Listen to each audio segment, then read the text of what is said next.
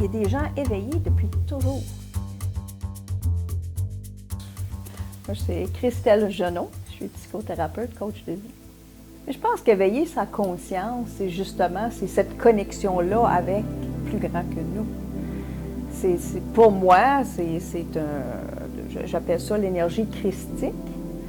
C'est d'être connecté à plus grand que nous. Il y a quelque chose, hein, il y en a qui appellent ça Dieu, on peut l'appeler l'énergie, la vie, la conscience, peu importe.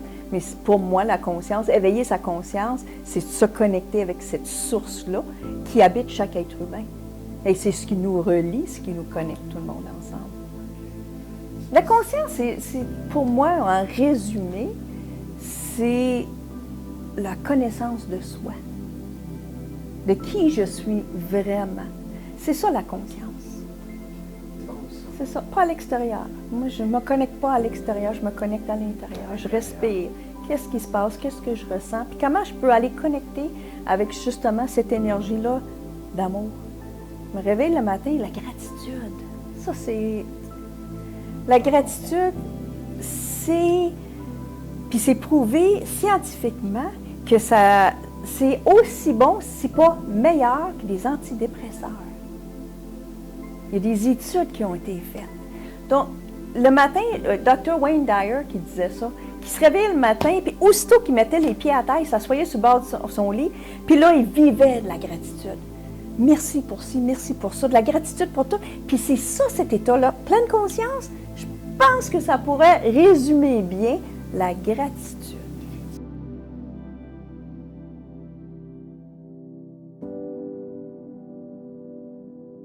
Et la réalité, c'est qu'on est spirituel. Puis on est ici pour vivre une expérience terrestre dans un corps physique. Et souvent, les gens, parce que l'expérience terrestre, on s'entend, elle n'est pas toujours agréable. Elle peut être douloureuse. Il peut y avoir des traumatismes. On peut avoir des accidents, perdre des êtres chers. Donc, c'est une expérience pleine d'émotions, de tous les niveaux. Puis ce qu'elle explique, pour être réellement spirituel, puis elle a une image du corps, c'est qu'il faut rentrer dans le corps physique jusque dans nos racines, donc dans toutes nos souffrances, toutes nos douleurs. Et à partir de là, je peux m'en aller dans la spiritualité. Mais si j'essaie de bifurquer parce que ça fait trop mal, je ne veux pas être là-dedans, puis je veux retourner dans la spiritualité, c'est de la fuite. La seule façon d'être vraiment spirituel, c'est d'avoir transcendé, complètement vécu et expié toutes nos douleurs, toutes nos souffrances. Tu sais, la pleine conscience, c'est de vivre le moment présent. Si on revient au moment présent, comme là, en ce moment, est-ce qu'il te manque quelque chose? Hein? Fait que, si on est capable de revenir au moment présent constamment, on va être toujours dans un état de bien-être. Mais pour moi, c'est ça, comme je te dis, c'est ça le but de la vie, c'est d'être. D'être ce que tu es. Le but pour moi de ma vie, ça a été justement de me défaire de toute mon enfance traumatisante, dysfonctionnelle, puis de créer autre chose. Ça c'est, pour moi, ça a été le but de ma vie à moi. Mais chaque être humain, le sens de la vie, il y en a autant de sens de vie qu'il y a de personnes. J'ai été un enfant extrêmement malheureuse, triste, colérique, frustrée, jusqu'à 35 ans peut-être. À partir de 20 ans, j'ai commencé, 18, 19, 20 ans, j'ai commencé ma recherche, ma quête du bonheur. Parce que je ne comprenais pas comment il y avait tellement de gens qui me semblaient, à mes yeux, à moi, heureux, bien. Puis pourquoi moi, je suis si malheureuse? Je regarde mes parents sont malheureux.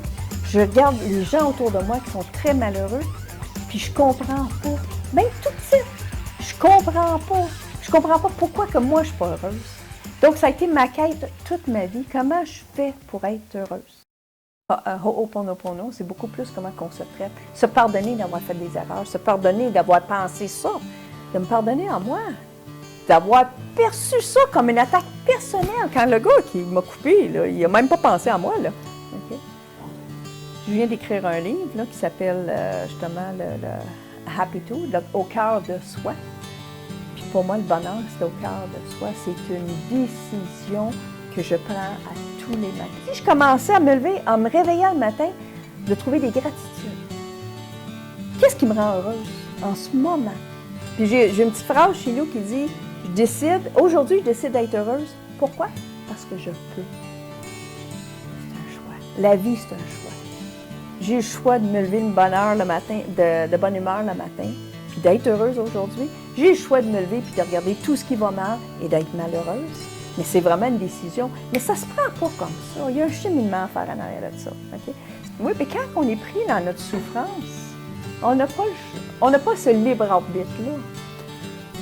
C'est ça, c'est pour ça que je dis que ça prend un cheminement pour arriver à avoir ce libre arbitre-là. Quand je suis pris dans une croyance ou une programmation négative, là, okay, c'est comme descendre une côte, là. C'est plutôt que je commence mais pour arriver à ça, à être consciente. C'est ça encore la pleine conscience. À être consciente que, oups, je suis sur le bord, là, je vais prendre du recul. Puis je vais dire, non, je connais ce chemin-là, je ne retourne plus là.